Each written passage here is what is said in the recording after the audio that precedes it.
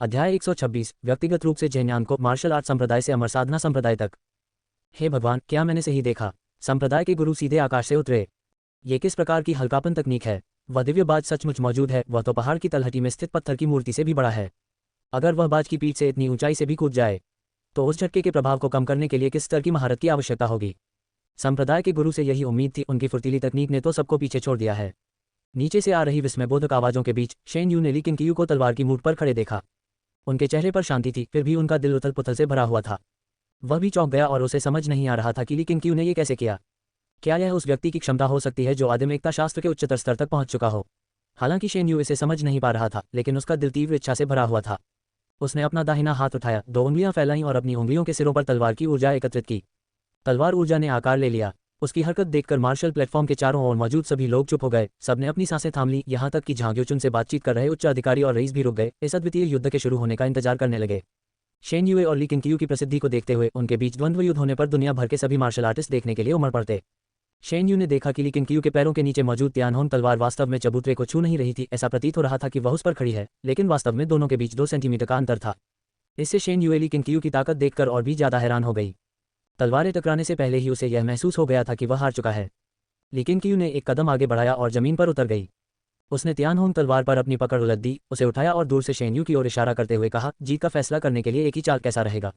Shane you ने अपने हाथ में तलवार के आकार की ऊर्जा को इस प्रकार उठाया मानो वह एक तेज चमकदार ब्लेड पकड़े हुए हो। बिल्कुल वैसा ही जैसा मैंने सोचा था। जैसे ही उसकी आवाज धीमी हुई, तलवार ऊर्जा की अनगिनत धाराएं उसके चारों ओर एकत्रित हो गईं और तेजी से बाहर की ओर फैल गईं। 3 सांसों से भी कम समय में उसके चारों ओर 100 से अधिक तलवारों की छायाएं प्रकट हुई, सभी ली किंग की ओर इशारा कर रही थीं। इस दृश्य को देखकर मंच के चारों ओर मौजूद भीड़ में विस्मय की लहर दौड़ गई। कई लोगों ने तो अपनी आंखें मलते हुए सोचा कि उन्हें कोई भ्रम हो गया है। तलवार संप्रदाय के हॉल में उपस्थित 50 शिष्य उत्साह से भर उठे।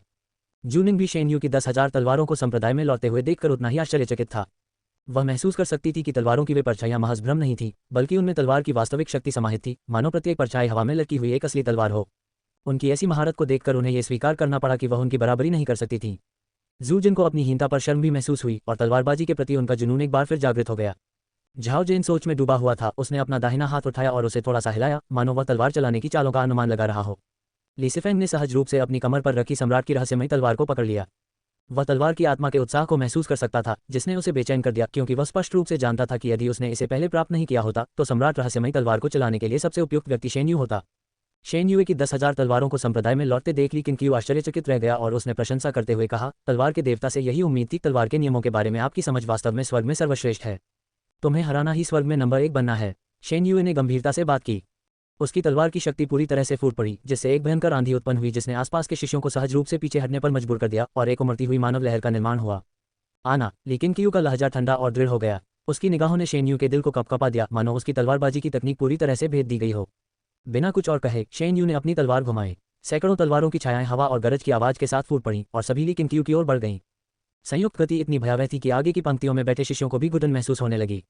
ली क्विन चले गए। उन्होंने बस उसका अचानक गायब होना देखा और अगले ही पल तलवार की रोशनी की एक लकीर ने शेन यू की तलवारों की विशाल छाया को चकनाचूर कर दिया। शेन यूए के सफेद बाल हवा से उड़ने लगे, उसकी आंखें अनायास ही झपकीं। जब उसने अपनी आंखें दोबारा खोली तो उसकी पुतलियों के भीतर एक आकृति प्रकट हुई। त्यानहोन तलवार की नोक उसकी आंखों के सामने उसकी नाक से 3 सेंटीमीटर से अधिक दूरी पर नहीं थी। मौन, सभी ने अपनी आंखें चौड़ी कर लीं और उन दोनों को टकटकी लगाकर देखने लगे। शेन यूए के सामने खड़े शिष्यों और संरक्षकों ने देखा कि उसके पीछे पहाड़ के भीतर जंगल हिंसक रूप से हिल रहा था, ठीक उसी दिशा में जिस ओर ली किंग ने अपनी तलवार का निशाना साधा था, कम से कम 200 झांग दूर। जूनिंग ने गौर से देखा तो उसे ली किंग के पीछे बने चबूतरे पर बिजली के निशान दिखाई दिए। बिजली के निशानों के नीचे उसके पैरों के निशान थे। स्वर्गीय थंडर सटेप। वह मन ही मन सदमे में थी। क्या हेवनली थंडर सटेप का इस्तेमाल इतने प्रभावी ढंग से किया जा सकता है? वह भी इस तकनीक को जानती थी, लेकिन इसमें महारत हासिल करने के बाद उसने अपना शोध जारी नहीं रखा था। अपने गुरु की तुलना में उसका शोध बिल्कुल अलग था। लेकिन कियू ने शेन यूए पर अपनी निगाहें गड़ा दी और कहा, स्वर्ग के नीचे मौजूद सभी मार्शल आर्ट में से गति के आगे कोई भी टिक नहीं सकता। शेन यू की पुतलियां फैल गईं और उनके चेहरे के भाव में सूक्ष्म परिवर्तन आया। लेकिन कियू के शब्द सभी दर्शकों के कानों तक स्पष्ट रूप से पहुंचे, यहाँ तक कि दूर जंगल में बैठे शिष्यों ने भी उन्हें सुना। किसी को भी इसमें कुछ अजीब नहीं लगा। हर कोई ली किंग की शक्ति से चकित था। उसने एक ही तलवार से तलवार देवता की तलवारबाजी तकनीक को ध्वस्त कर दिया। इतनी दूरी से वास्तविक युद्ध में तलवार के देवता शायद अब तक मारे जा चुके होते।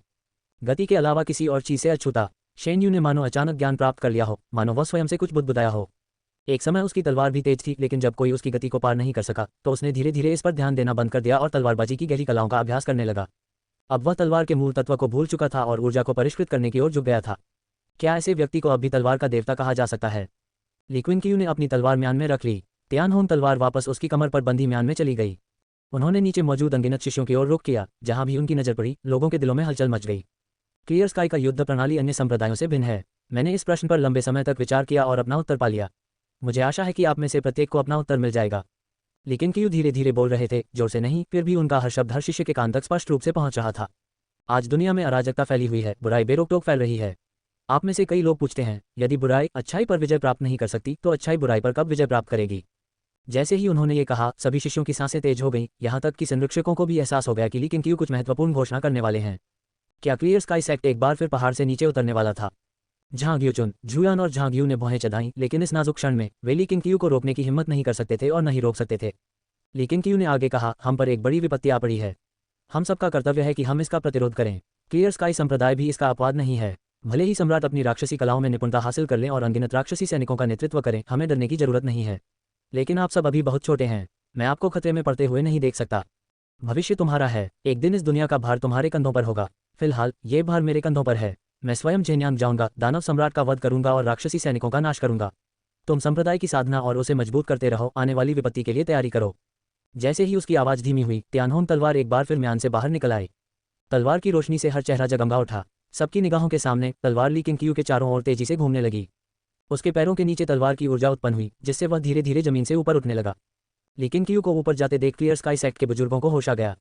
बड़े भाई, आपको ऐसा नहीं करना चाहिए। मालिक, संप्रदाय के गुरुजी, आप क्या कर रहे हैं? क्लियर स्काई संप्रदाय को एकजुट होकर आगे बढ़ना और पीछे हटना चाहिए। कृपया पुनर्विचार करें, संप्रदाय प्रमुख। एक के बाद एक बुजुर्ग लोग मंच पर कूद पड़े। उनकी आवाजें बहुत ही चिंतित थीं। शेन्यू के चेहरे पर जटिल भाव झलक रहे थे। उन्हें एहसास हुआ कि ली क्विनक्यू की असली ताकत केवल उनकी युद्ध कला में ही नहीं, बल्कि उनके दिल में भी निहित थी। अब प्लेटफॉर्म से पूरे एक झांग ऊपर ली क्विनक्यू के चेहरे पर कोई भाव नहीं था। यद्यपि मेरी यात्रा संसार में शांति न लाए तो भी स्वर्ग का पुत्र मरेगा। ज्यादा से ज्यादा 3 दिन और मैं लौट आऊंगा। इतना कहते ही ली क्विनक्यू ने अपना सिर तेजी से ऊपर उठाया। उसके बगल में मौजूद तियानहोन तलवार ऊपर की ओर उठी और उसकी तलवार की ऊर्जा उसे आकाश में ले गई। पल भर में वह सबकी नजरों से ओझल हो गया। इसके बाद क्लियर स्काई सेक्ट के शिष्यों और संरक्षकों ने विशाल काले दिव्य ईगल को आसमान में ऊंचाई पर चक्कर लगाते हुए देखा। फिर वह दूर क्षितिज की ओर अपने पंख फड़फड़ाते हुए स्वर्ग और पृथ्वी के किनारे पर गायब हो गया। बूम! मार्शल प्लेटफॉर्म के चारों ओर जोरदार कोलाहल मच गया। कुछ लोग उत्साहित थे, अन्य चिंतित या परेशान थे। लेकिन क्योंकि ये शब्द, परंतु स्वर्ग का पुत्र मरेगा, सभी के दिलों में गहराई से गूंज उठे। ये किस प्रकार का आत्मविश्वास था? झांग यू ने आकाश की ओर देखते हुए सच्ची प्रशंसा के साथ कहा, सचमुच एक तलवार अमर। लेकिन क्यू की दिलेरी नहीं, बल्कि उनकी युद्ध कला की अपार क्षमता ने भी लोगों के दिलों को झकझोर दिया था। यहाँ तक कि सच्चे पारंगत शिष्य भी उनके द्वारा इस्तेमाल की गई तकनीकों को समझ नहीं पाए थे। क्या संप्रदाय प्रमुख 3 दिनों के भीतर सम्राट की हत्या करने और वापस लौटने के लिए झेन्यांग शाही शहर की यात्रा करेगा? यहाँ तक कि कुलीन परिवार भी स्तब्ध रह गए। किसी को भी उस पर संदेह नहीं था, बल्कि वे प्रत्याशा और उत्साह से भरे हुए थे। लेकिन क्यू का प्रस्थान, जो इतना अलौकिक और बेरोक-टोक था, ने उनकी आस्था को पूरी तरह से प्रेरित किया। बहन, क्या मैं सपना देख रही हूँ? क्या तुमने देखा? संप्रदाय के गुरु सचमुच उड़ गए। मुझे चुटकी काटो, जल्दी। चेंग सान, चेंग शियू के बगल में खड़ी थी, उत्साह से कांप रही थी और यहाँ तक कि अपनी जगह पर उछल भी रही थी। चेंग शियू स्तब्ध सी लग रही थी, कोई जवाब नहीं दे रही थी। उसकी निगाहें दूर आकाश पर टिकी हुई थीं। कई शिष्यों ने भी उनकी समाधि जैसी अवस्था का अनुभव किया। इस समय अधिकाधिक शिष्य संप्रदाय में पीढ़ी दर पीढ़ी चली आ रही एक बात पर विश्वास करने लगे। क्लियर स्काई सेक्ट को जो विरासत में मिला था, वह मार्शल आर्ट नहीं था, बल्कि अमरता की तकनीकें थीं। अल्पविराम, गोधूली बेला की रोशनी की अनुभव हॉल में फैल रही थी। विशाल हॉल में एक बड़ा सा कड़ाहा रखा था, जिसके अंदर झाओ जी ध्यान मुद्रा में बैठे थे। कड़ाही से लगातार उमस भरी गर्मी निकल रही थी। झाओ जी का नंगा ऊपरी शरीर गर्म भाप के कारण लाल हो गया था। उनकी भौहें कसकर सिकुड़ी हुई थी, स्पष्ट रूप से वे बहुत दर्द सह रहे थे। उसके सिर के ऊपर एक प्रेत जैसी आकृति धुंधली सी झिलमिला रही थी। शुवान गोंग एक सफेद वस्त्रधारी दाववादी के साथ कड़ाही के सामने खड़े थे, जिसने काले रंग का लबादा ओढ़ा हुआ था। दाववादी जियांग, दिव्य गुरु। उसके बाल सफेद थे और उसका चेहरा 50 या 60 वर्ष के व्यक्ति जैसा था। उसने घोड़े की पूंछ से बना एक झाड़ू पकड़ रखा था और कमर पर एक लौकी बांध रखी थी। उसे और कितने समय तक परिष्कृत किया जाना चाहिए? जुवान गोंग ने ठंडे स्वर में पूछा। दिव्य गुरु जियांग का चेहरा उदासीन था जब उन्होंने कड़ाही में झांका। वह इसे कभी भी छोड़ सकता है, लेकिन उसकी मूल भावना आहत है। बेहतर यही होगा कि वह और अधिक समय तक स्वस्थ रहे, अन्यथा वह भटकाव में पड़ जाएगा। आदिम आत्मा, जुवान गोंग ने आश्चर्य से पूछा। जियांग ने आह भरी। मैंने लंबे समय से सुना था कि फेंगशिया पर्वत पर प्राचीन जादू टोना किया जाता था। अब मुझे पता चला कि यह सच था। यदि आपने समय रहते हस्तक्षेप न किया होता तो महाराज उस व्यक्ति के हाथों मारे जा सकते थे। पिछली मुठभेड़ को याद करते हुए जुवान गोंग को अभी भी डर महसूस हो रहा था। दाववादी बैशु की पद्धतियां उन सभी चीजों से बिल्कुल अलग थीं जिन्हें वह पहले कभी जानता था। उन्हें अचानक एहसास हुआ कि ये दुनिया उनकी कल्पना से कहीं अधिक जटिल है। क्लियर स्काई सेक्ट पहले से ही उसकी पहुंच से बाहर था और अब फेंगशिया पर्वत भी एक चुनौती बन गया था। क्या वह सचमुच महान वेई को पुनर्स्थापित कर सकता था? जैसे ही वह संशय में पड़ गया, एक निषिद्ध मार्शल गार्ड ने जल्दी से हॉल में प्रवेश किया, उसके सामने घुटने टेके और लकड़ी की एक टहनी से छेदा हुआ एक पत्र प्रस्तुत किया। जुबान गोंग ने पत्र ले लिया। ये कहाँ से आया है? शहर के बाहर से लिया गया शॉट। शहर के बाहर? जुबान गोंग ने भौहें चढ़ाकर पत्र खोला। कुछ ही देर में उसकी पुतलियां कांपने लगी और पत्र पकड़े हुए हाथ में कंपन होने लगी, चाहे गुस्से से हो या किसी और कारण से, यह कोई नहीं बता सकता था। सेलेस्टियल मास्टर जियांग ने यह देखा और पूछा, यह क्या है? जुबान गोंग ने धीमी आवाज में कहा, क्लियर स्काई संप्रदाय के संप्रदाय प्रमुख ली किनकियो आ गए हैं। उन्होंने घोषणा की है कि कल सुबह वे अकेले ही जेन्यांग शाही शहर पर धावा बोलेंगे और महाराज की हत्या कर देंगे। जो भी उनके रास्ते में आएगा वह मारा जाएगा। सेलेस्टियल मास्टर जियांग स्तब्ध रह गए, फिर जोर से हंस पड़े, मानो उन्होंने दुनिया का सबसे बड़ा मजाक सुना हो। उसने व्यंग्य भरे लहजे में कहा, वह आदमी हद से ज्यादा अहंकारी है। क्या वह अकेले जेन्यांग को चुनौती देने और महाराज को मारने की हिम्मत करता है? मैं देखना चाहता हूं कि क्या वह सचमुच ऐसा करने की हिम्मत करता है। जुबान गोंग ने गहरी सांस ली। हे ईश्वर, यहीं ठहरिए और पहरा दीजिए, मैं व्यवस्था कर देता हूं। वह मुड़ा और चला गया। उसने पत्र को जलाकर राख कर दिया, जबकि निषिद्ध मार्शल गार्ड उसके पीछे पीछे गया। सेलेस्टियल मास्टर जियांग ने कड़ाही में झांकते हुए हंसते हुए कहा, महाराज, क्या आपने सुना? कोई आपको जान से मारने की नीयत रखता है, वही क्लियर स्काई संप्रदाय का संप्रदाय प्रमुख जिसे आप खत्म करना चाहते थे। वह उस परछाई को देखने में असफल रहा जो हॉल के कोने में स्थित एक विशाल स्तंभ के शीर्ष से निकली एक युवा लड़के की आकृति उभरी, जिसका केवल ऊपरी शरीर दिखाई दे रहा था और वह उसे ठंडी निगाहों से घूर रहा था। अध्याय 127। आज अमरता का साक्षी बनना। मार्शल आर्ट संप्रदाय से अमर साधना संप्रदाय तक। रात हो चुकी थी, फिर भी क्लियर स्काई सेक्ट जगमगा रहा था। प्रवर्तन सभागार के अंदर चाय युनशांग मामले के रिकॉर्ड की समीक्षा कर रही थी। वर्तमान में पहाड़ पर 4000 से अधिक लोग मौजूद थे और रोजाना संघर्ष और झड़पें होती रहती थीं, जिससे प्रवर्तन हॉल का कार्यभार दिन प्रतिदिन बढ़ता जा रहा था। एक युवती शिष्या कई ग्रंथ हाथ में लिए कमरे में दाखिल हुई। उसने उन्हें चाय युनशांग की मेज पर रखा और पूछा, गुरुजी, बाहर नववर्ष जैसा माहौल लग रहा है। कई लोगों का मानना है कि संप्रदाय के गुरु सचमुच वही करेंगे जो उन्होंने कहा है। आपका क्या विचार है? वह युवती कद में छोटी थी, उसके चेहरे के भाव सौम्य और कोमल थे, लेकिन उसकी भौहें चिंता से सिकुड़ी हुई थीं। उसका नाम युलान था। वह चाय युनशांग की शिष्या थी। वह इस साल 17 साल की हो गई थी और उसने 1 साल पहले ही इस संप्रदाय में प्रवेश किया था। फिर भी वह पहले ही पोषणकारी जीवन ऊर्जा क्षेत्र की दूसरी परत तक पहुंच चुकी थी, जो उसकी प्रतिभा का स्पष्ट प्रमाण था। चाय युनशांग ने उसकी ओर देखते हुए कहा, स्वाभाविक रूप से मैं भी संप्रदाय के गुरु में विश्वास करती हूँ। आप क्यों नहीं करती? युलैन ने अपने होंठ हल्के से काट लिए। कुछ देर हिचकिचाने के बाद उसने कहा, मैंने संप्रदाय प्रमुख की शक्ति अपनी आंखों से देखी है, लेकिन उनका अकेले जेन्यांग शाही शहर जाना बहुत खतरनाक लगता है। उन्हें न केवल सम्राट का सामना करना पड़ेगा, बल्कि राक्षसी सैनिकों, राक्षसी पंथ, निषिद्ध मार्शल गार्ड्स और अन्य का भी सामना करना पड़ेगा। राक्षसी पंथ के लोग कपटी और धूर्त हैं। मुझे वास्तव में संप्रदाय प्रमुख के लिए डर लग रहा है। हालांकि क्लियर स्काई संप्रदाय में कई विशेषज्ञ हैं और अन्य हॉल मास्टर और एल्डर भी सक्षम हैं, फिर भी मुझे लगता है कि केवल संप्रदाय प्रमुख की उपस्थिति में ही क्लियर स्काई संप्रदाय को सही मायने में क्लियर स्काई संप्रदाय कहा जा सकता है। जब वह बोल रही थी तो उसकी आंखें थोड़ी लाल हो गईं, मानो उसे कुछ याद आ रहा हो। चाय युनशांग उठी नहीं। उसने शांत भाव से उसकी ओर देखा और कहा, लान, तुम्हें अतीत को भूल जाना चाहिए। तुम काफी समय से क्लियर स्काई सेक्ट में हो। तुम्हें सेक्ट मास्टर पर भरोसा करना सीखना होगा। सेक्ट मास्टर सम्राट का वध करेंगे और क्लियर स्काई सेक्ट राक्षसी पंथ का सफाया करके तुम्हारे माता पिता और छोटे भाई का बदला लेगा। युलैन के पहाड़ पर आने से पहले ही वह अनाथ हो चुकी थी। शैतानी पंथ ने उसके छोटे भाई को पकड़ने के लिए उसके माता पिता की हत्या कर दी थी। वह महज किस्मत से बच गई थी। बाद में जब उसे पता चला कि दानवी सम्राट को क्लियर स्काई संप्रदाय के संप्रदाय प्रमुख ने मार डाला है, तो वह संप्रदाय की तलाश में प्रांतों को पार कर गई। इस दौरान उसने कई कठिनाइयों का सामना किया और यहाँ तक कि कई लोगों की जान भी ली। इस अनुभव के कारण वह अपने साथियों की तुलना में कहीं अधिक परिपक्व थी और हर कार्य को सावधानीपूर्वक करती थी। युलैन के अनुभवों से मिलते जुलते अनुभव वाले कई शिष्य थे। कुछ ने भ्रष्ट अधिकारियों के हाथों अपने परिजनों को खो दिया था, कुछ को संप्रदायों और कुलीन परिवारों द्वारा सताया जा रहा था और कुछ बचपन से ही भिखारी थे।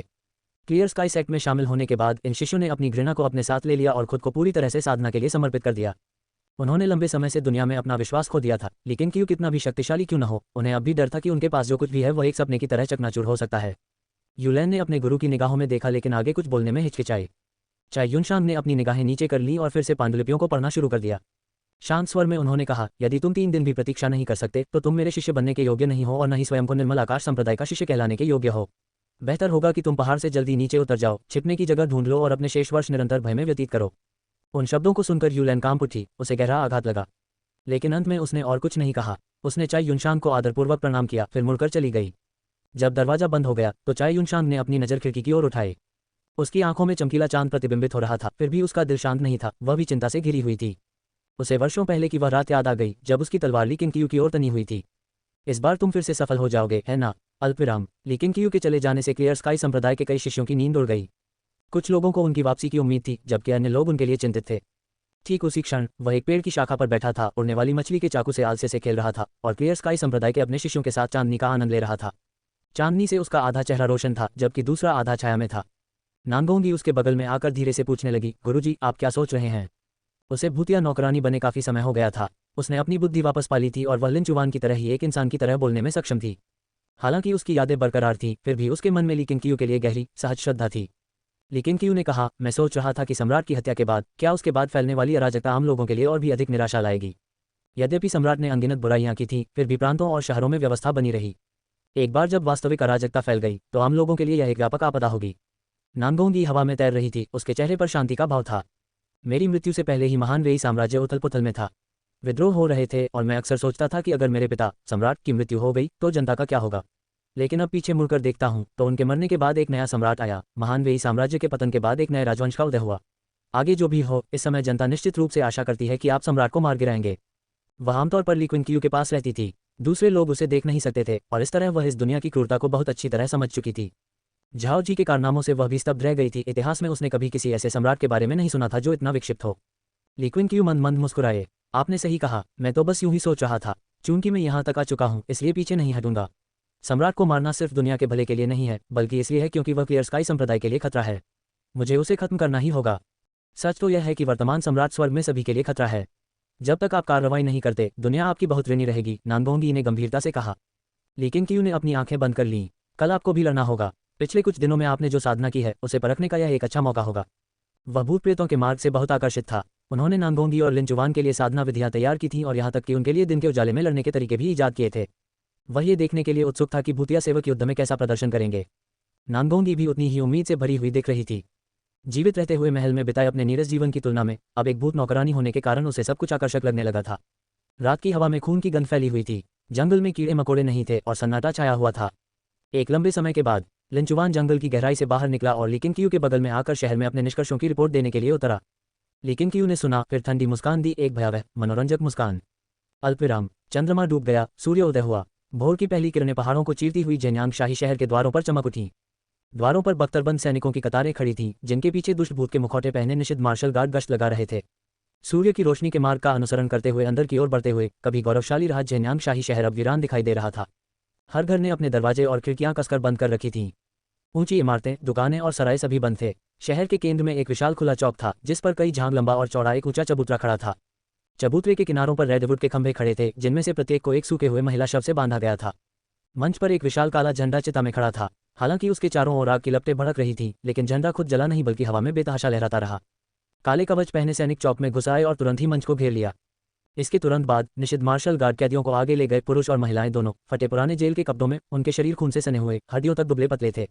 उन्हें विशाल काले झंडे के सामने घुटने टेकने के लिए मजबूर किया गया। उनके सिर झुके हुए थे, आंखें खाली थीं, उनकी आत्माएं बहुत पहले ही टूट चुकी थीं।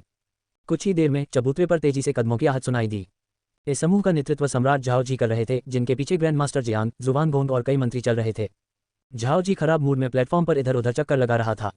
उन्होंने अजगर की आकृति वाला वस्त्र पहना हुआ था, उनके सिर पर शाही मुकुट था, स्वर्ग के पुत्र की शक्ति का प्रकाश उन पर झलक रहा था। उसका चेहरा काला पड़ जाने से उसकी उपस्थिति और भी अधिक दमनकारी हो गई थी। अपने स्थान पर रुकते हुए झाओ जी ने अपने हाथ अपनी कमर पर रखे और चिल्लाकर कहा, जुवान किंग, क्लियर स्काई दाओइस्ट कौन है? जुवान गोंग ने मंच पर घुटनों के बल बैठे एक व्यक्ति की ओर इशारा किया। वह क्लियर स्काई दाओवादी है। कैदियों के बीच क्लियर स्काई दाओवादी महत्वहीन प्रतीत होता था। 70 या 80 वर्ष का एक बूढ़ा व्यक्ति, दुर्बल और दुबला पतला। झाओ जी ने गुस्से से उसे घूर कर देखा। उसे जिंदा उबाल दो। नहीं महाराज, ऐसे समय में हमें क्षणिक क्रोध में आकर कोई कार्रवाई नहीं करनी चाहिए, जुवान गोंग ने जल्दबाजी में आग्रह किया। चौड़े दाओवादी वस्त्र पहने ग्रैंड मास्टर जियांग ने अपनी दाढ़ी सहलाई और मुस्कुराए। जी हाँ, हमें ऐसा नहीं करना चाहिए महाराज। इन 36 लोगों की नसें और हड्डियां सबसे उत्तम सामग्री हैं। हम इनमें से एक को भी खोने का जोखिम नहीं उठा सकते। हालांकि वे बूढ़े और शक्तिहीन हैं, फिर भी दशकों के मार्शल अभ्यास से प्राप्त शक्ति उनके शरीर में अभी भी शेष है। झाओ जी ने गहरी सांस ली और शहर के द्वार की ओर मुड़ गया। उसकी आवाज़ क्रोध से भरी हुई थी। दिन का उजाला हो गया है। मैं देखना चाहता हूं कि ली क्यू आने की हिम्मत करता है या नहीं। बोलते समय वह अपना माथा रगड़ रहा था। उसकी क्षतिग्रस्त आत्मा अक्सर उसे सिर दर्द देती थी। जब भी दर्द होता उसे दाऊवादी बैशु की याद आती थी। भले ही उसने दाऊवादी बैशु के टुकड़े टुकड़े कर दिए और उसे कुत्तों को खिला दिया, फिर भी उसका क्रोध बरकरार रहा। चाहे वो आए या ना आए, स्वर्ग को सुधारने की महान योजना आज से शुरू होती है। अगर वो आ जाए तो और भी अच्छा, वो एक बेहतरीन मुख्य पात्र बनेगा। अगर अफवाहें सच हैं तो वो विश्व नायकों में मार्शल ली जेन के ठीक नीचे आता है। ऐसा व्यक्ति एक दुर्लभ खजाना है। ग्रैंड मास्टर जियांग ने ली क्यू की धमकी से बिल्कुल बेपरवाह होकर खुशी से कहा। जुवान गोंग ने आगे कहा, पूरे शहर में 1 लाख शाही रक्षक तैनात हैं। 3000 निषिद्ध मार्शल गार्ड और 10,000 दिव्य सैनिक पहले ही अपनी जगह ले चुके हैं। अगर ली क्यू ने शहर में कदम रखने की हिम्मत की तो वह कभी वापस नहीं लौटेगा। एक बुजुर्ग मंत्री ने आश्चर्य से पूछा, क्या एक साधारण योद्धा का सामना करने के लिए इतनी बड़ी सेना की आवश्यकता है? अन्य मंत्रियों ने भी इसमें भाग लिया। ली केंगक्यू का उपहास उड़ाया और झाओ जी की चापलूसी करते हुए घोषणा की कि महाराज आज निश्चित रूप से अमृतत्व प्राप्त करेंगे। उनकी प्रशंसा से उत्साहित होकर झाओ जी का क्रोध शांत हो गया और उसकी जगह आनंद ने ले ली। उसने मुड़कर देखा कि निषिद्ध मार्शल गार्ड एक विशाल कड़ाही को चबूतरे पर ले जा रहे हैं। उसकी आंखों में तीव्र इच्छा की आग जल रही थी। केवल ये सोचकर कि वह आज अमृतत्व प्राप्त कर लेगा, उसका हृदय उत्साह से कांप उठा। मंच के किनारे पर जुबान गोंग चुपचाप पीछे हट गया। नकाब के नीचे उसकी आंखें ग्रैंड मास्टर जियान पर ठंडी निगाहों से टिकी हुई थीं। इस दौरान दक्षिणी द्वार पर कमर में तलवार बांधे एक सेनापति ने चिल्लाकर कहा, क्लियर स्काई सेक्ट गुजो में स्थित है। अगर ली केंगक्यू सचमुच आने की हिम्मत करता है तो यही एकमात्र रास्ता है जिससे वह अंदर जा सकता है। अपनी आंखें खुली रखो, अगर वह अंदर घुस गया तो हम सब मर जाएंगे और हमारे परिवार भी कष्ट भोगेंगे, समझे? सैनिकों ने एक साथ जोर से चिल्लाया। उनकी आवाज़ों से आकाश कांप उठा। सैकड़ों मीटर दूर मार्शल आर्टिस्टों का एक समूह पेड़ों के बीच छिपा हुआ था और कड़ी सुरक्षा वाले गेट की ओर घूर रहा था। उस ली केंगक्यू ने हमारी योजना बर्बाद कर दी, धिक्कार है, एक महिला मार्शल आर्टिस्ट ने गुस्से से भरे स्वर में फुफकारा। एक अधेड़ उम्र के व्यक्ति ने उत्तर दिया, यद्यपि ली केंगक्यू ने राक्षसी सम्राट का वध किया और पूरे देश में प्रसिद्ध है, फिर भी उसका ये कदम वास्तव में लापरवाह है। अगर उसे हमला करना ही था तो उसे दुश्मन को सतर्क नहीं करना चाहिए था। सचमुच मूर्खतापूर्ण। अन्य लोगों ने भी अपनी बात रखी। उनकी आवाज़ों में भय और निराशा का भाव मिला हुआ था। अगर हम जल्द प्रवेश नहीं करते हैं तो हमारे संप्रदाय प्रमुख का अंत निश्चित है। क्या हमें जबरदस्ती अंदर घुसना चाहिए? अंदर घुसने के बाद हम छिपने की जगह ढूंढ लेंगे। क्या तुम पागल हो? इतने सारे सैनिकों के साथ हम कैसे घुसपैठ कर सकते हैं? अगर हमें कार्रवाई करनी ही है तो रात होने तक इंतजार करें, शायद दिन भर की सतर्कता के बाद वे आराम महसूस करेंगे। वे कई दिनों से घात लगाकर बैठे थे, शहर में घुसपैठ करने का मौका तलाश रहे थे। लेकिन कल उनमें से एक ने सैनिकों को ये कहते हुए सुना कि ली केंगक्यू अकेले प्रवेश करके सम्राट की हत्या करने का इरादा रखता है। उन सभी को लगा कि वह पागल हो गया है। जैसे ही हताशा चरम पर पहुंची, पीछे से कदमों की आहट सुनाई दी।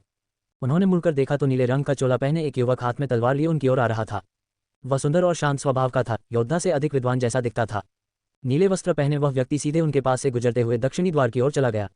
अरे, तुम मौत को दावत दे रहे हो? अब तुम शाही शहर के पास आने की हिम्मत कैसे करते हो?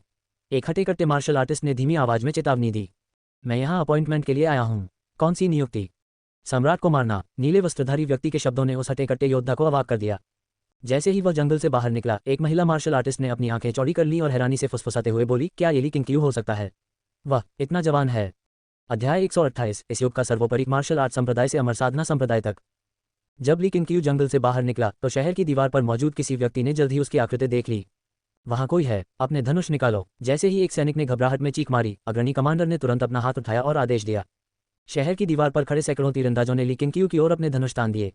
ली केंगक्यू के चेहरे पर कोई भाव नहीं बदला। उसके कंधे पर बैठी लिन चुवान ने एक शरारती हंसी हंसी और फिर जमीन में घुस गई, आंखों से ओझल हो गई। नांगोंगी उसके शरीर के भीतर से बाहर निकलकर उसके पीछे मंडराने लगी। उसके लंबे सुंदर बाल सांपों के झुंड की तरह लहराते और नाचते थे। उसका मनमोहक चेहरा पल भर में भयानक क्रूरता से भर गया। लेकिन केंगक्यू के न रुकने पर दक्षिणी शहर के द्वार पर तैनात कमांडर ने भौहें चढ़ाकर सीधा आदेश दिया, उसे गोली मार डालो। भले ही उन्हें इस बात का यकीन न हो कि घुसपैठिया वास्तव में ली केंगक्यू ही था, लेकिन ऐसे समय में जेन्यांग शाही शहर में आने की हिम्मत करने वाला कोई भी व्यक्ति साधारण नहीं हो सकता था। यदि वह कुलीन परिवार का पुत्र होता तो वह कभी अकेला नहीं आता। वूश वूश वूश, सैकड़ों तीरंदाजों ने अपने तीर चलाए। तीरों की बारिश तूफान की तरह होने लगी। जंगल के अंदर से देख रहे सभी मार्शल आर्टिस्ट भयभीत हो गए थे। उनमें से किसी को भी शहर की दीवार के ऊपर बैठे जनरल से इतनी निर्णायक कार्रवाई की उम्मीद नहीं थी।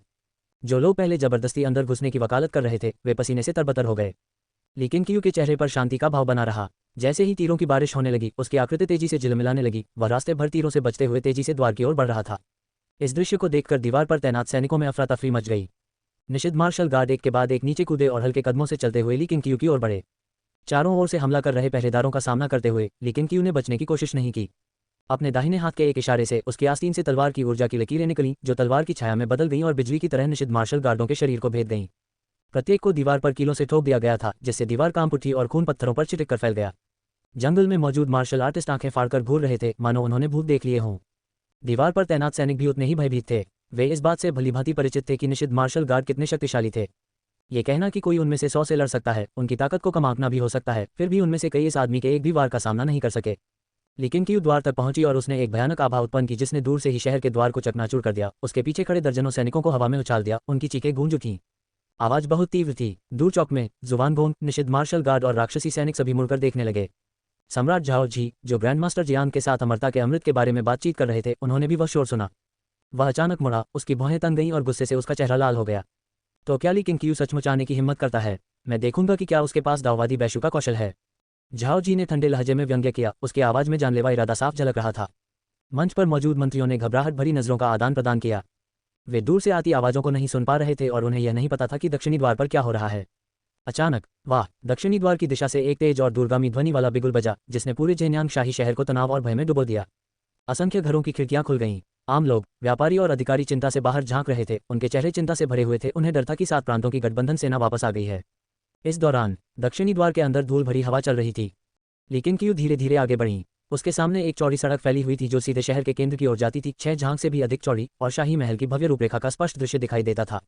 दोनों ओर से सैनिक दौड़े और उसके आगे एक नाकाबंदी बना ली। उनके पीछे निषिद्ध मार्शल गार्ड लंबी सड़क के किनारे बनी छतों पर कूद पड़े। काले वस्त्र पहने और डरावने मुखौटे लगाए हुए वे नश्वर दुनिया में भटकते प्रेतों की तरह दिख रहे थे। पहली नज़र में ये बताना मुश्किल था कि उनकी संख्या कितनी थी। लंबी सड़क के दूसरे छोर पर ढाल लिए काले कवच वाले सैनिकों की कतारें आगे बढ़ रही थीं। उनके चेहरे पर हत्या का इरादा आसमान की ओर उमड़ रहा था। लेकिन क्यू के पीछे दीवार के ऊपर मौजूद सैनिकों ने एक बार फिर अपने धनुष उठाए और उस पर निशाना साधा। उस समय लेकिन क्यू चारों ओर से घिरी हुई थी। दूर से घोड़ों के सर पर दौड़ने की आवाज़ करीब आती जा रही थी। फिर भी हजारों लोगों का अकेले सामना करते हुए भी उनका चेहरा पूरी तरह शांत बना रहा। उसने जानबूझकर इतना हंगामा किया था, सम्राट को डराने के लिए, शहर को ही हिला देने के लिए। लिंचुवान के देखते रहने से उसे सम्राट के भाग जाने का कोई डर नहीं था। वह खुलेआम हमला करता था और जो भी उसके रास्ते में आता था उन सभी का हौसला और दिल तोड़ देता था। वह इस शहर के कुलीन वर्ग की आशा की हर आखिरी किरण को कुचल देगा। वह झाओ जी को घोर निराशा में मरने के लिए मजबूर कर देगा। 20 से 30 वर्षों तक झाओ जी और उसके राक्षसी पंथ ने दुनिया को तबाह कर दिया था, जिससे अनगिनत घर नष्ट हो गए थे। यहाँ तक कि लेकिन क्यू को उसके माता पिता द्वारा त्याग दिए जाने में भी भाग्य का एक धागा झाओ जी से जुड़ा हुआ था। उसे आसानी से मार देना पर्याप्त नहीं होगा, न तो लेकिन क्यू के लिए और न ही दुनिया के लोगों के लिए। लेकिन क्यू ने अपनी कमर पर बंधी तियानहोन तलवार को पकड़ा और धीरे धीरे उसे बाहर निकाला। तलवार बेहद चमक रही थी। एक बार म्यान से बाहर निकालने के बाद उसने इसे अपनी बगल में नीचे कर लिया। इसका सिरा एक घुमावदार चंद्रमा की तरह नीचे की ओर इशारा कर रहा था। इसकी टहलती हुई रोशनी हवा में लटकी हुई थी। एक निषिद्ध मार्शल गार्ड छत पर कदम रखते ही उसके पैरों के नीचे की टाइलें चकनाचूर हो गईं। बिजली की तरह तेज गति से वह किनारे की ओर दौड़ा और हवा में उछलकर लेकिन क्यू पर वार करने के लिए अपनी तलवार निकाली। जैसे ही वह उठा, बाकी लोग भी उठ खड़े हुए। नीचे मौजूद सैनिकों ने कतारें बनाना शुरू कर दिया। लेकिन क्यू भी आगे बढ़ी और एक तेज हवा के झोंके की तरह गायब हो गईं। वह सेना की टुकड़ी में घुस गया, जिससे सैकड़ों सैनिक इधर उधर उड़ने लगे। जब वह दोबारा प्रकट हुआ तो अनगिनत निषिद्ध मार्शल गार्ड हर दिशा से उसकी ओर ऐसे टूट पड़े जैसे मछलियां नदी पार कर रही हों, मानो उसे डुबोने के इरादे से। अचानक ही एक भयंकर युद्ध छिड़ गया। लेकिन क्यू ने अपनी तलवार घुमाई। तलवार की ऊर्जा तेजी से घूमती हुई उसके चारों ओर मौजूद रक्षकों को चीरती हुई निकल गई। वह आगे बढ़ता रहा। तलवार की धार चमकदार रोशनी से घिरी हुई थी। हर वार के साथ कई सैनिक और गार्ड मारे गए। खून की बौछार से लंबी सड़क लाल रंग में रंग गई। बूम! एक जोरदार धमाका हुआ जब एक निषिद्ध मार्शल गार्ड उसकी ओर झपटा। उसका दाहिना पैर आग की लपटों से घिरा हुआ था और वह उल्कापिंड की तरह नीचे गिर रहा था। लेकिन क्यू थोड़ा सा एक तरफ झुक गया, जिससे वह आसानी से वार से बच गया और उसने अपनी तलवार उस आदमी की छाती में घुसा दी, जिससे वह जमीन पर गिर गया। पत्थर चकनाचूर हो गए। उस आदमी के चेहरे पर लगा मुखौटा टूट गया, जिससे उसके चेहरे पर भय और अविश्वास के भाव प्रकट हुए और उसके मुंह से खून बहने लगा। लेकिन क्यू ने उसकी ओर देखे बिना ही आगे बढ़ गया। चारों ओर से दुश्मन टूट पड़े। फिर भी लेकिन क्यू की हरकतें सहज और सुंदर थीं। जब भी वह किसी हमले से बचता, उसकी तलवार जवाब में चमक उठती। जैसे जैसे वह आगे बढ़ता गया, उसके पीछे एक के बाद एक शव गिरते चले गए। इस दृश्य ने हर सैनिक के दिल को झकझोर दिया। विशेषकर दीवार के ऊपर वाले लोग, वे सबसे स्पष्ट रूप से देख सकते थे। तीरंदाजों के हाथ कांप रहे थे। उनके चेहरों से ठंडा पसीना टपक रहा था। लेकिन क्यू ने किसी भी तरह के जादू का इस्तेमाल नहीं किया था, केवल तलवारबाजी और गति तकनीकों का प्रयोग किया था। दुश्मन की टुकड़ियों के बीच भी उसने 10,000 के खिलाफ एक आदमी की ताकत का प्रदर्शन किया। आगे की लंबी सीढ़ियां चढ़ते हुए वह ढालों से लैस काले कवच वाले सैनिकों के करीब पहुंच गया। वे राक्षसी सैनिक जिनके बारे में ली सिफेंग ने कभी बात की थी। झाओ जी का सबसे बड़ा तुरुप का पत्ता दिव्य मार्शल सैनिक। मोटे काले कवच में लिपटे हुए, उनके चेहरे हेलमेट से लगभग ढके हुए थे। उनकी निगाहें लेकिन क्यू की आकृति पर टिकी हुई थीं, ठंडी और हत्या के इरादे से भरी हुई थीं। उनमें से किसी ने भी उसकी अपार शक्ति के सामने भय नहीं दिखाया। डॉट डॉट डॉट एक निषिद्ध मार्शल गार्ड ने फुर्ती के कौशल का उपयोग करते हुए छत से चौक तक तेजी से छलांग लगाए। कुछ ही कदमों में वह ऊंचे चबूतरे के नीचे पहुंच गया, अपनी मुट्ठियां जोड़ी और जोर से चिल्लाया, महामहिम! लेकिन क्यू ने दक्षिणी द्वार तोड़ दिया है और चांगले स्ट्रीट पर आगे बढ़ रहा है। सैकड़ों लोग मारे जा चुके हैं। इसके बाद हंगामा मच गया। मंच पर मौजूद मंत्री लेकिन क्यू की उग्रता देखकर स्तब्ध रह गए। नीचे घुटनों के बल बैठे 36 कैदियों ने धीरे धीरे अपने सिर उठाए। प्लेटफॉर्म की दूसरी ओर शाही गार्डों द्वारा और अधिक कैदियों को चौक में लाया जा रहा था।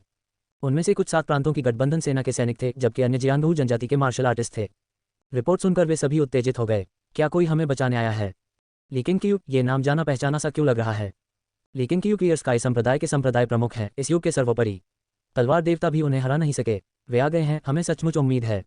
क्या वह सचमुच इतना शक्तिशाली है? क्या वह दुनिया का सबसे ताकतवर व्यक्ति है? क्या लेकिन क्यू अकेले आए हैं या पूरा क्लियर स्काई संप्रदाय उनके साथ हमला कर रहा है? कैदियों ने उत्तेजित होकर फुसफुसाया। गार्डों द्वारा कोड़े मारे जाने के बावजूद वे अपने जोश को रोक नहीं पाए। कुछ तो जोर से हंसने लगे और झाओ जी को जोर जोर से कोसने लगे। मंच पर झाओ जी का चेहरा इतना काला पड़ गया कि मानो उससे पानी टपक रहा हो। उसने धीमी ठंडी आवाज में कहा, जुवानगोंग, उसे मेरे लिए नीचे लाओ। जी हाँ महाराज, जुवानगोंग ने जवाब दिया और तुरंत वहां से चले गए। क्लियर स्काई दाववादी जमीन पर घुटने टेक कर बैठ गया, उसकी इंद्रियां धीरे धीरे वापस लौट रही थीं।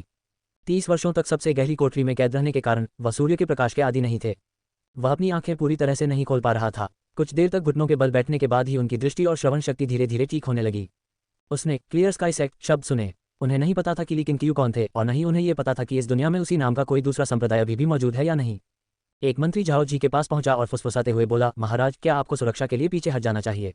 इस पर झाओ जी ने उसे एक ठंडी निगाह से देखा, जिससे वह आदमी कांप उठा और तुरंत पीछे हट गया। दुनिया का नंबर 1, हास्यास्पद, मैं ही दुनिया का नंबर 1 हूँ। झाओ जी क्रोध से दहाड़ते हुए ग्रैंड मास्टर जियांग की ओर मुड़ा। हे स्वर्ग के स्वामी, मुझे और अधिक आंतरिक कोर चाहिए।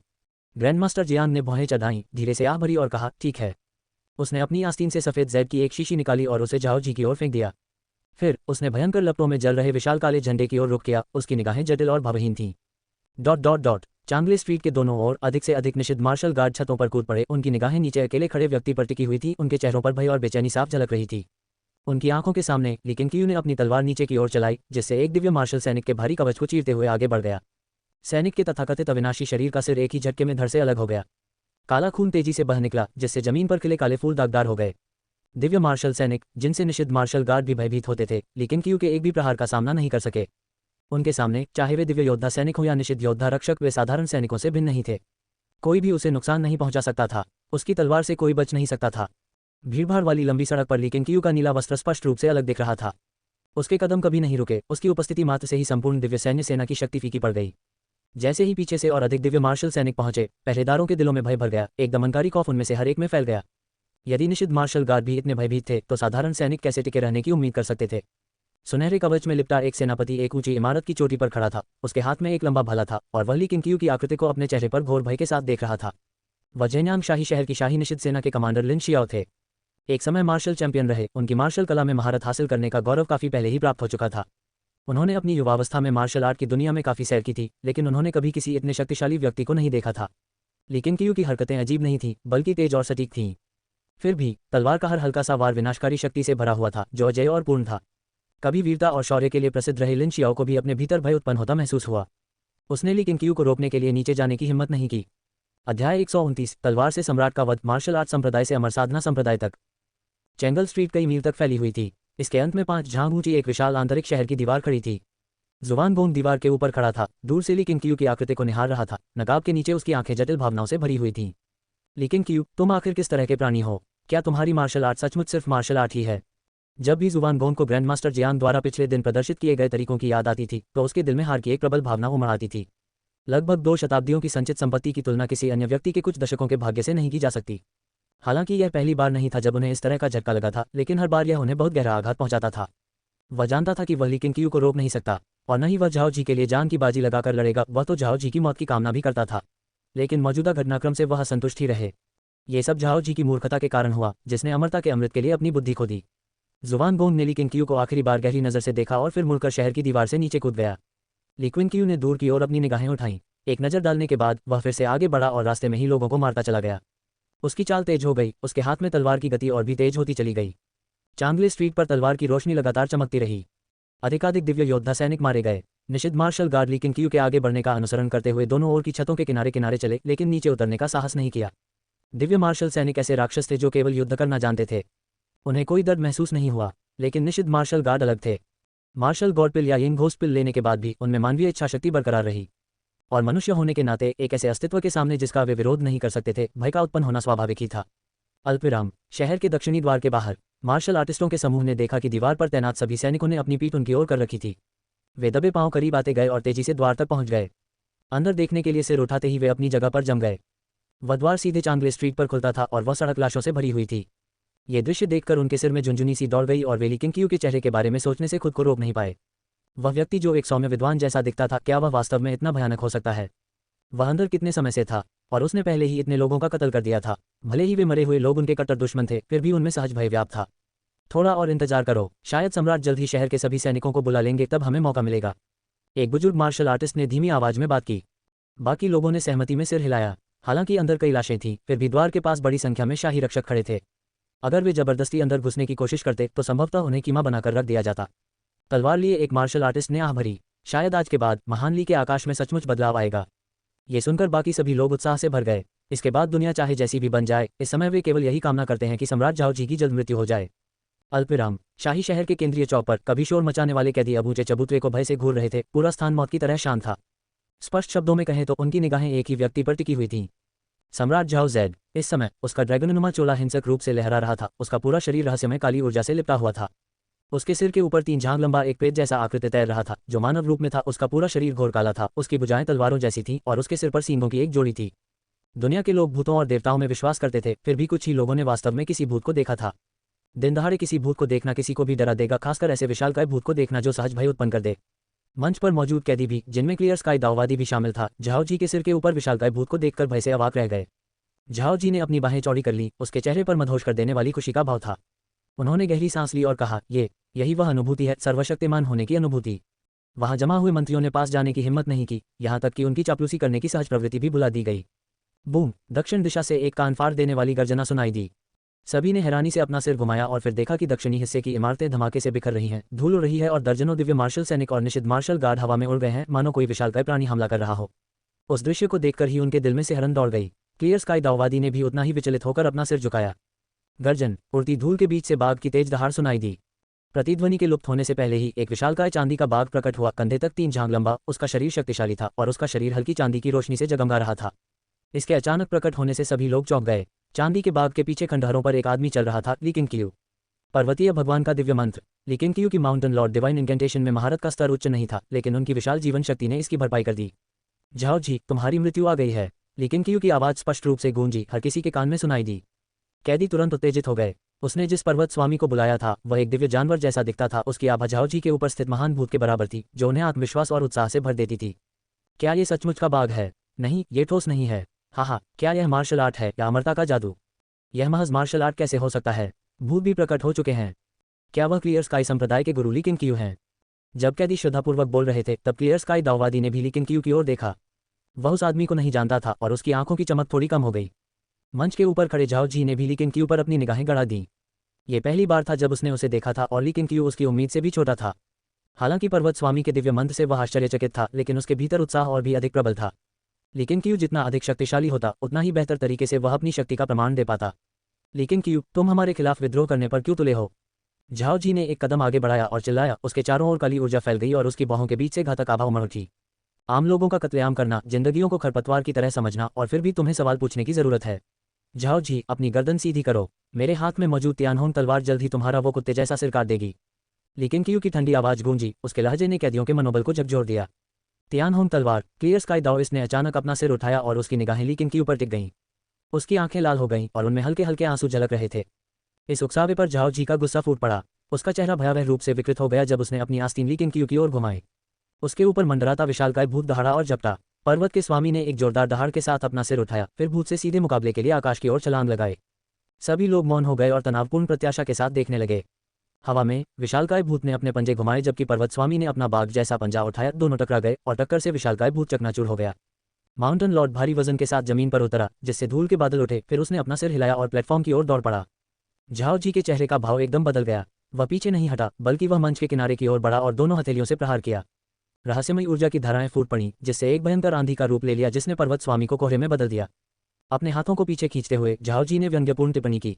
लिकिंक्यू, हमारी शक्ति का युग 1000 वर्ष पुराना है। इस युग में कोई भी हमारा मुकाबला नहीं कर सकता। अब तुम्हारे पास कौन कौन सी तरकीबें बची हैं? लिकिंक्यू ने कोई जवाब नहीं दिया, केवल अपनी गति तेज कर दी और तेज होती चली गई। झाओ जी ने अपना दाहिना हाथ हथेली ऊपर की ओर करके उठाया और फिर उसे मुट्ठी में बंद कर लिया। सामने की जमीन एक दरार के साथ फट गई और वह दरार तेजी से लिकिंक्यू की ओर बढ़ने लगी। लिकिंक्यू दरार में दाखिल हुआ। उसके सामने एक दृश्यमान आभा का निर्माण हुआ, जिसने उसे झाओ जी की शक्ति के माध्यम से आगे बढ़ने के लिए मजबूर किया। झाओ जी की आंखें सिकुड़ गईं। अपना हाथ पीछे खींचते हुए उसने अचानक आगे की ओर जोरदार प्रहार किया, जिससे जमीन पूरी तरह से चकनाचूर हो गई। असंख्य पत्थर के टुकड़े उठे और मूसलाधार तूफान की तरह लिकिंक्यू की ओर तेजी से बढ़े। धरती कांप उठी। वहां मौजूद हर मार्शल आर्टिस्ट के दिल में दहशत पैदा हो गई। कितनी भयानक शक्ति है! क्या सचमुच उनके पास 1000 वर्षों की साधना का अनुभव था? इससे पहले कि कोई और कुछ सोच पाता, चौक पर तलवार की रोशनी चमक उठी और झाओ जी की आंखें अनायास ही चौड़ी हो गईं।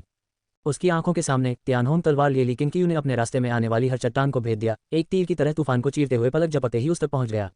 झाओ जी सदमे से हौंफ उठा और सहज रूप से अपना हाथ उठाकर बचाव करने लगा। छी! ब्लेड उसके हाथ में घुस गया, जिससे खून के छींटे उड़ने लगे। तलवार उसके गले की ओर बढ़ती गई, जिससे वह पीछे की ओर धकेल दिया गया। पलक झपकते ही इससे पहले कि दूसरे इसे समझ पाते, झाओ जी ने धरती को चीर डाला था और ली किंगक्यू की तलवार हवा में उड़ती हुई पत्थरों को भेदते हुए उस तक पहुंच गई थी। ये सब 2 सांसों के भीतर हुआ। बहुत तेज, इतनी तेजी से कि कोई प्रतिक्रिया नहीं कर सका। ली किंगक्यू का चेहरा ठंडा था। उसने वार करते हुए झाओ जी की दाहिनी भुजा काट दी, फिर अपनी तलवार वापस खींच ली और अपना पैर ऊपर उठा लिया। झाओ जी ने दर्द को नजरअंदाज करते हुए सहज रूप से अपने बचे हुए हाथ से खुद को सहारा दिया, लेकिन ली किंगक्यू ने अपना पैर उसकी छाती पर जोर से पटक दिया। बूम! पत्थर का चबूतरा बुरी तरह कांप उठा और उसमें पड़ी दरारें हर मंत्री और कैदी के पैरों तक फैल गईं। झाओ जी की आंखें चौड़ी हो गईं और उसने मुंह भरकर काला खून थूक दिया। लेकिन क्यू झाओ जी की छाती पर खड़ी थी, हाथ में तलवार लिए हुए उसे आगे की ओर खींच रही थी जब तक कि उसकी नोक झाओ जी के गले पर न टिक गई। आकाश और पृथ्वी में सन्नाटा छा गया। इस परिणाम को देखकर ग्रैंडमास्टर जियांग भी अपनी आंखें चौड़ी करने से खुद को रोक नहीं पाए और उनका मुंह अनायास ही खुला रह गया। झाओ जी पराजित हो गया। जब झाओ जी ने अपनी 1000 वर्षों की साधना का प्रदर्शन किया था तब हर कोई भयभीत हो गया था। फिर भी किसी ने यह उम्मीद नहीं की थी कि ली किंगक्यू के सामने इतनी शक्ति भी बेकार साबित होगी। ली किंगक्यू ने अपनी ठुड्डी को थोड़ा ऊपर उठाया और झाओ जी की ओर नीचे देखा। हजारों वर्षों की सत्ता, फिर भी उसमें से कुछ भी वास्तव में तुम्हारा नहीं है। तुम उसका 10वां हिस्सा भी इस्तेमाल नहीं कर सकते, बेकार है। इस बार झाओ जी अपना क्रोध नहीं रोक सका। तियानहोंग तलवार की धार उसके शरीर से सटी हुई थी और उसे मौत की गंध महसूस हो रही थी। उसने मौत को इतना करीब कभी महसूस नहीं किया था। आप झाओ जी ने अपना मुंह खोला, लेकिन जब उसकी नजरें ली किंगक्यू की निगाहों से मिली तो दहशत ने उसके साहस को चूर चूर कर दिया। उसने झट से अपना सिर एक तरफ घुमाया और चिल्लाया, सम्राट की रक्षा करो, जल्दी करो, हमारी रक्षा करो। निषिद्ध मार्शल गार्ड्स को होश आया। उन्होंने अपनी तलवारें निकाली और ली किंगक्यू की ओर दौड़ पड़े। ली किंगक्यू के दाहिने हाथ ने अचानक तलवार छोड़ दी। तियानहोंग तलवार मानो किसी अदृश्य शक्ति द्वारा धकेली गई हो, सीधे नीचे की ओर गई और झाओ जी के गले को भेदते हुए उसकी आवाज काट दी।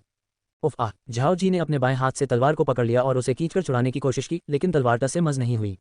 खून बेतहाशा बहने लगा, जिससे उसकी आंखों के सामने सब कुछ लाल हो गया। चारों दिशाओं से दौड़ते हुए आ रहे पहरेदारों की अनदेखी करते हुए ली किंगक्यू आगे झुका, तलवार की मूठ को पकड़ा, अपनी कलाई को झटका दिया और झाओ जी का सिर धड़ से अलग कर दिया। मंच पर सिर लुढ़कते हुए कई धीमी धीमी आवाजें निकाल रहा था। निषिद्ध मार्शल गार्ड अविश्वास से घूरते हुए जम गए। ली किंगक्यू ने अपनी तलवार उठाई और ग्रैंडमास्टर जियांग की ओर तिरछी नजर डाली। तुम खुद को ग्रैंडमास्टर कहते हो, अमरता का मार्ग जानने का दावा करते हो। मुझे जिज्ञासा है, अगर मैं तुम्हारा सिर भी काट दूं तो क्या तुम फिर भी हमेशा जीवित रहोगे? ग्रैंडमास्टर जियांग सहज रूप से पीछे हट गए। उनका चेहरा क्रोध और भय से पीला पड़ गया था। ली किंगक्यू को घूरते हुए वह हकलाते हुए बोला, तुम अमर पद के साधक हो। अध्याय 130 नश्वर संसार में एकमात्र अमर देवता, मार्शल आर्ट संप्रदाय से अमर साधना संप्रदाय तक। मृत्यु का एहसास झाओ जी की कल्पना से कहीं अधिक भयावह था। उस घुटन भरे संघर्ष ने उसे अंतहीन पछतावे से भर दिया। जिन भी फैसलों ने उसे इस अंजाम तक पहुंचाया, उन सभी को वह पलटना चाहता था। उस पश्चाताप, भय और निराशा के बीच उसने अचानक खुद को ऊपर उठते हुए महसूस किया, फिर ऊंचे चबूतरे पर अपना ही शव पड़ा देखा। क्या उसका सिर धड़ से अलग कर दिया गया था? यह विचार अभी बना ही था कि झाओ जी की चेतना अंधकार में डूब गई।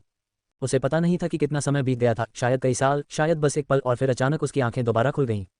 उसने खुद को ऊंचे चबूतरे पर खड़ा पाया, जहां ली किंगक्यू ग्रैंडमास्टर जियांग का सामना कर रहे थे। नीचे निषिद्ध मार्शल गार्डों ने चौक को भर दिया था। सहज ही उसने नीचे देखा और उसे अपना ही सिर कटा हुआ शरीर दिखाई दिया। उसके चेहरे का भाव एकदम बदल गया, लेकिन जल्द ही उसे एहसास हुआ कि वह हिल नहीं सकता। क्या ऐसा हो सकता है कि मैं इस समय एक आध्यात्मिक अवस्था में हूँ? ऐसा लगता है कि साधना की तकनीक वाकई कारगर साबित हुई। झाओ जी सदमे में सोचने लगा। उसने अपनी निगाहें ली किंगक्यू की ओर घुमाई और उसकी आवाज़ सुनने के लिए उत्सुकता से सुनने लगा। हालांकि ली किंगक्यू उसके ठीक बगल में थी, लेकिन झाओ जी को ऐसा महसूस हो रहा था मानो वे 2 अलग अलग दुनिया में मौजूद हों। शायद यिन और यांग के विभाजन का यही अर्थ था। उसने अपना ध्यान केंद्रित किया और ली किंगक्यू को टकटकी लगाकर देखता रहा, जब तक कि आखिरकार उसे उसकी आवाज़ सुनाई नहीं दी। क्या आपके पास कोई और तरीका बचा है? उन्हें अभी दिखाओ, ली किंगक्यू ने कहा। ली किंगक्यू द्वारा ग्रैंडमास्टर जियांग पर किए गए ताने को सुनकर झाओ जी ने धीरे से बड़बड़ाते हुए कहा, अहंकारी मूर्ख, मैं उस दिन का इंतजार करूंगा जब तुम पछतावे से मरोगे। नीचे आकर मेरे साथ शामिल हो जाओ। ग्रैंडमास्टर मुझे पुनर्जीवित कर सकते हैं, लेकिन तुम्हारा क्या होगा? ग्रैंडमास्टर जियांग मुस्कुराए। उन्हें ली किंगक्यू के इतने अभिमानी होने की उम्मीद नहीं थी। चूंकि तुम मेरा जादू देखना चाहते हो तो ध्यान से देखो। मैं तुम्हें दिखाऊंगा कि मेरी साधना कलाएं तुम्हारी कलाओं से कहीं श्रेष्ठ हैं। वह काले झंडे के पास पीछे हट गया, अपना दाहिना हाथ उठाया और खंभे को पकड़ लिया। नीचे की जलती हुई लपटें उसके वस्त्रों को चाट रही थीं, फिर भी वह जरा भी नहीं हिचका, मानो उसे बिल्कुल भी गर्मी महसूस न हो रही हो। सभी की निगाहें ग्रैंडमास्टर जियांग की ओर मुड़ गईं, वही जिसने सम्राट को मोहित कर लिया था और राज्य में अराजकता फैला दी थी, और उनके दिल भय से भर गए। मास्टर ली, इसे जल्दी मार डालो, इसे मौका मत दो, कैदियों में से एक चिल्लाया। लेकिन ली किंगक्यू अविचलित रहे। ग्रैंडमास्टर जियांग ने एक हाथ में झंडा पकड़ रखा था और दूसरे हाथ से मंत्रों की मुद्रा बनाते हुए तेजी से मंत्रोच्चार कर रहे थे। पल भर में काला झंडा हिंसक रूप से कांपने लगा। उसके भीतर से प्रचंड रहस्यमयी ऊर्जा का प्रज्वलन हुआ और वह उसके चारों ओर घूमने लगी। उस धुंध से अनगिनत आत्माएं निकली। पुरुष, महिलाएं, युवा और वृद्ध, सभी के चेहरे भय से विकृत और भयावह थे। रोंगटे खड़े कर देने वाली चीखों की एक गूंज हवा में हल्की सी सुनाई दी, जिससे मंत्री दहशत में मंच से भागने लगे। झाओ जी के होंठ ठंडेपन से सिकुड़ गए जब उसने ली किंगक्यू की पीठ को घूर कर देखा। मृत्यु का भय मिट गया था और उसका असली स्वभाव फिर से सामने आ गया था। उसने अभिमानी ली किंगक्यू को घोर तिरस्कार की दृष्टि से देखा। वह आदमी मूर्ख था। वह ली किंगक्यू के चेहरे पर खेद और भय के भाव देखने के लिए बेसब्री से इंतजार कर रहा था। पोहा। उसके पीछे से एक धीमी रहस्यमयी हंसी की आवाज आई। चौंक कर झाओ जी ने पीछे मुड़कर देखा तो वहां सफेद वस्त्र पहने बिखरे बालों वाली एक महिला खड़ी थी, जिसकी निगाहें उस पर टिकी थीं और उसके होठों पर एक अजीब सी मुस्कान थी। उस मुस्कान से झाओ जी को लालच का आभास हुआ, इतना भयानक लालच कि उसके सिर में झंझनाहट होने लगी। तुम कौन हो? झाओ जी ने ठंडे स्वर में पूछा। नानगोंगी ने पूछा, तुम तो मर चुके हो, क्या तुम अपने लोगों से कुछ कहना चाहते हो? झाओ जी ने सूंघा। क्या कहा? वे तुच्छ हम लोग तो सिर्फ मेरी इच्छा से जीते हैं। मैंने अमरता की कामना की, फिर भी उन्होंने मुझे शाप दिया। जब मैं दोबारा जीवित होऊंगा तो उन्हें इसकी कीमत चुकानी पड़ेगी। नानगोंगी ने अपना सिर हिलाया। उसे दोबारा देखते हुए उसकी गर्दन ऊपर की ओर खींचने लगी। उसका सिर आकाश की ओर उठा और धीरे धीरे बड़ा होता गया। उसके चेहरे की कोमल सुंदरता विकृत होकर किसी राक्षसी सर्प जैसी आकृति में बदल गई। झाओ जी ने अपना सिर पीछे की ओर झुका लिया। वह हिलने में असमर्थ था, उसके चेहरे पर दहशत फैल गई थी। तुम क्या करने की कोशिश कर रहे हो? उसने हकलाते हुए पूछा। ऊपर से नानगोंगी ने नीचे उसकी ओर देखते हुए कहा, ये कोई साधारण लोग नहीं हैं। तुम्हारे सामने इस दुनिया के लोग मेरे पिता के लिए सबसे प्रिय थे। इसके साथ ही वह झपटी और एक ही झटके में झाओ जी की आत्मा को निगल गई। उसे चीखने का भी समय नहीं मिला, लेकिन क्यों उनकी ओर पीट करके खड़ा था। उसके होठों पर हल्की सी मुस्कान थी और उसकी निगाहें ग्रैंड मास्टर जियान से हट नहीं रही थीं। ग्रैंड मास्टर जियान के चारों ओर व्याप्त रहस्यमय आभा और भी घनी होती गई, जिससे एक अशुभ धुंध का रूप धारण हो गया जो ऊपर की ओर घूमती हुई उठी। सभी लोग दहशत भरी निगाहों से देख रहे थे, उन्हें समझ नहीं आ रहा था कि वह क्या करने वाला है। फिर एक निषिद्ध मार्शल गार्ड ने अचानक अपना सीना पकड़ लिया। इससे पहले कि वह कुछ बोल पाता, उसके आसपास मौजूद अन्य लोगों ने भी, जिनमें दिव्य मार्शल सैनिक भी शामिल थे, ऐसा ही किया। धड़ाम, एक अन्य गार्ड घुटनों के बल गिर पड़ा, बुरी तरह कांप रहा था, मानो असहनीय पीड़ा सह रहा हो। इस दृश्य ने कैदियों, मंत्रियों और सैनिकों सभी में अफरा तफरी मचा दी। किसी को समझ नहीं आ रहा था कि क्या हो रहा है, और अनदेखे खतरे ने उनके आतंक को और भी बढ़ा दिया। कुछ कैदियों ने गार्डों को धक्का देकर भागने का मौका लपक लिया। पल भर में ही पूरा चौक अफरा तफरी में डूब गया। ग्रैंड मास्टर जियांग ने अराजकता को नजरअंदाज कर दिया। लेकिन क्यू पर अपनी निगाहें टिकाते हुए वह जोर से हंस पड़ा। लेकिन क्यू, तुम्हारा अहंकार तुम्हें जल्द ही भारी कीमत चुकाने को मजबूर करेगा। मेरा आत्मा शोधन ध्वज पूर्ण हो चुका है, निराशा का सामना करने के लिए तैयार हो जाओ। तुम्हारे मरने के बाद इस शहर में हर कोई तुम्हारा अनुसरण करेगा। तब ये दुनिया अभूतपूर्व उथल पुथल के युग में डूब जाएगी। मैं 9 प्रांतों और 14 क्षेत्रों में यात्रा करूंगा और स्वर्ग के नीचे की हर आत्मा को अपने आत्मशोधन ध्वज में समाहित करूंगा। मैं ही एकमात्र सच्चा साधक बनूंगा, इस नश्वर जगत में इकलौता साधक। मैं अमृतत्व प्राप्त करूंगा। मैं नश्वर संसार में एकमात्र अमर देवता बनूंगा। उसके बाद से राजकुमार और कुलीन लोग मेरे सामने झुकेंगे और सभी आम लोग मेरे नाम की पूजा करेंगे। जो मेरा अनुसरण करेंगे वे समृद्ध होंगे, जो मेरा विरोध करेंगे वे नष्ट हो जाएंगे। उसकी आवाज़ तेज और उन्मादपूर्ण होती गई। अंततः वह पागलों जैसी हंसी में फूट पड़ा। उनकी महत्वाकांक्षा सबके सामने स्पष्ट रूप से प्रकट हो गई। मंत्रियों और पहरेदारों द्वारा जकड़े गए कैदियों ने क्रोध में आकर उसे कोसना शुरू कर दिया। लेकिन क्यों वहीं खड़ी रही, शांत और अविचलित। एक एक करके निषिद्ध मार्शल गार्ड और दिव्य मार्शल सैनिक गिर पड़े। उनकी आत्माएं उनके शरीरों से अलग होकर झंडे के चारों ओर फैली धुंध में समा गईं। जैसा कि लेकिन क्यू को संदेह था, अपने पूरे युद्ध पथ पर चलते हुए उसने उन रक्षकों और सैनिकों के बारे में कुछ अजीब महसूस किया था, उनके भीतर मौजूद विलक्षण आत्मा के निशान। उसे पहले ही अंदाजा हो गया था कि इसका संबंध मार्शल गॉड पिल, यिंग घोस्ट पिल और एक अन्य रहस्यमय औषधि से है। वे गोलियां ताकत बढ़ाने वाली प्रतीत होती थीं, लेकिन वास्तव में उनका उद्देश्य आत्माओं को इकट्ठा करना था। लेकिन क्यू ने जानबूझकर ग्रैंड मास्टर जियांग की योजना को अंजाम तक पहुंचने दिया, ताकि इसे पूरी तरह से समाप्त किया जा सके और उन लोगों को दंडित किया जा सके जिन्होंने अनगिनत निर्दोषों का नरसंहार किया था, चाहे स्वेच्छा से या अनजाने में। झंडे के चारों ओर फैली रहस्यमयी धुंध में अधिकाधिक आत्माएं खींची चली गईं। आत्मशोधन ध्वज के भीतर से एक भयानक दबाव उत्सर्जित हो रहा था। ये सिर्फ इस चौक से ही नहीं था, पूरे शाही शहर में आत्माएं हवा में उठती थीं, जो जीवित लोगों को भी दिखाई देती थीं। राजधानी के रात्रि आकाश में अनगिनत आत्माएं उड़ती हुई दिखाई दी, जिससे आम लोगों और कुलीनों दोनों में समान रूप से भय फैल गया। ऊंचे चबूतरे के चारों ओर हवा जोर से बह रही थी। कैदियों ने रेंग कर भागने की कोशिश की। दाववादी क्लियर स्काई जमीन पर घुटने टेक कर बैठ गया, उसकी कर्कश आवाज कांप रही थी। आपका लिन शुनफेंग से क्या रिश्ता है? लेकिन क्यू ने थोड़ा सा मुड़कर अपने बगल में बैठे कमजोर से बूढ़े व्यक्ति पर एक नजर डाली। दाववादी क्लियर स्काई ने और अधिक पूछने के लिए अपना मुंह खोला, लेकिन अपराधबोध ने उसके शब्दों को रोक दिया। लेकिन क्यू ने ग्रैंड मास्टर जियांग की ओर पीछे मुड़कर देखा। लेकिन क्यू को अभी भी हिलते हुए न देखकर ग्रैंड मास्टर जियांग बेचैन हो गए, लेकिन आत्मशोधन ध्वज के बारे में पुस्तक में दर्ज शक्ति के विचार ने उनके आत्मविश्वास को फिर से जगा दिया। उसकी मुस्कान लौटाई और जैसे ही प्रेतवादित आभा ने उसे घेर लिया, उसकी पुतलियां लाल हो गईं, जिससे वह पूरी तरह से एक राक्षसी दाववादी जैसा दिखने लगा। ठीक तभी अचानक एक आकृति लेकिन क्यू के पास से गुजरकर ग्रैंड मास्टर जियांग की ओर दौड़ पड़ी। ये दाववादी निर्मल आकाश था, उसके पास अभी भी आंतरिक ऊर्जा थी। थप्पड़, किसी ने उसके कंधे पर हाथ रखकर उसे वहीं रोक दिया। उसने सहज ही मुड़कर देखा, वह लेकिन क्यू थी। मेरा समय लगभग समाप्त हो गया है, मुझे आखिरी बार आपकी मदद करने दीजिए, दाववादी क्लियर स्काई ने दांत भींचते हुए कहा। लेकिन क्यू ने शांत भाव से कहा, तुम्हारा मतलब क्या है? समय लगभग समाप्त हो गया है। एक बार जब मैं तुम्हें ठीक होने के लिए साइलेंट हेवन माउंटेन वापस ले आऊंगी तो तुम ठीक हो जाओगी।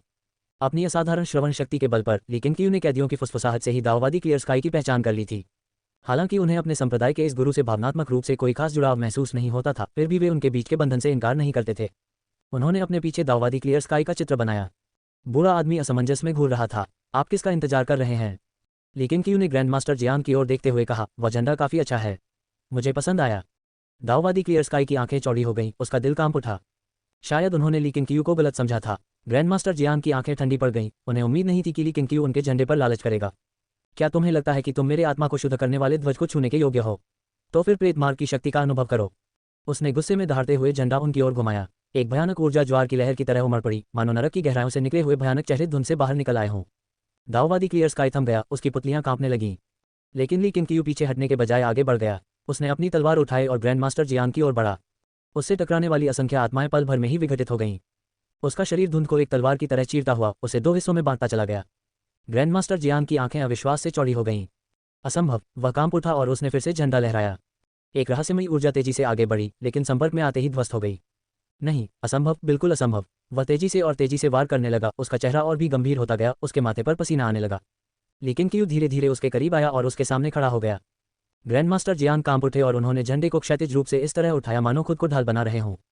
जब आप साधना कर रहे थे तो क्या आपको हमेशा ऐसा लगता था कि आप अपनी ऊर्जा को ठीक से नियंत्रित नहीं कर पा रहे हैं?